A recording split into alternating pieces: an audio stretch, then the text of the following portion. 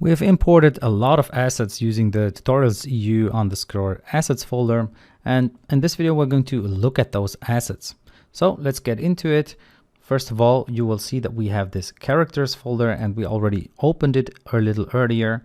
So here you will find 3D models, for example, the two 3D models that we have, the FPS character as well as the zombie character. Then we have a couple of animations in here. We have materials. First of all, the skin of the arms, and then the zombie material, which indicates how the zombie should look like. Then the prefabs, which bring everything together.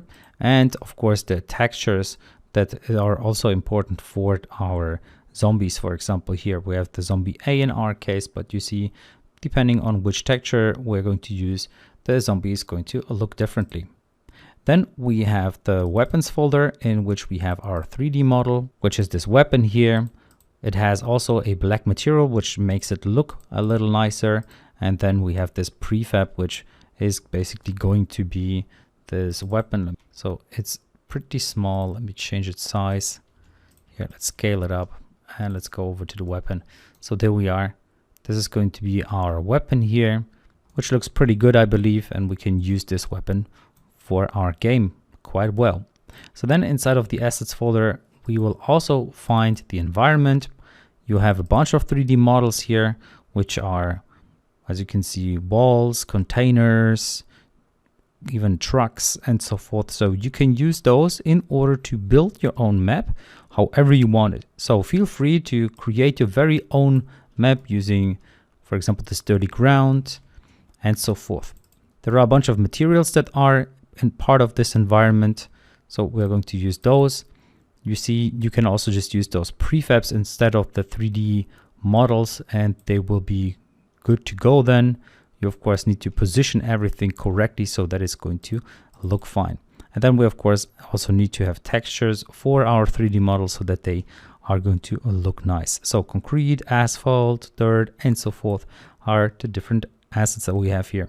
And then we have an entire city, which is a big prefab. So the environment prefab that we prepared here, in case you don't want to set this up by yourself.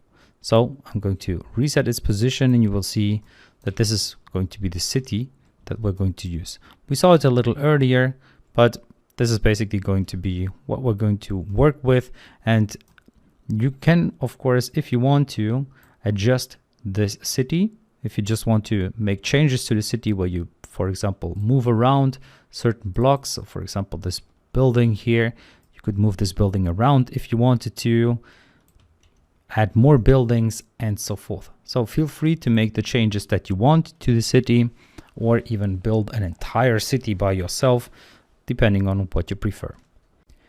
By the way, while we are going to use this city in the end, in the next couple of videos, I'm going to show you a couple of tricks and show you how you can build this city from scratch. Okay, so we're going to use the assets that we have available building the city. So you don't have to be able to do it already.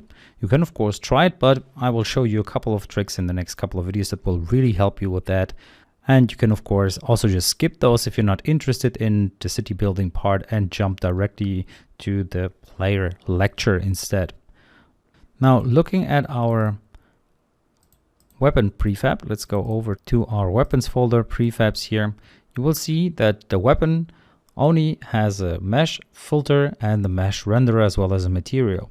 So it's free for us to edit it now, to add a script, to modify the weapon so that it does what we want it to do. And in the next video, however, we're going to focus on the city building blocks a little more. So see you there.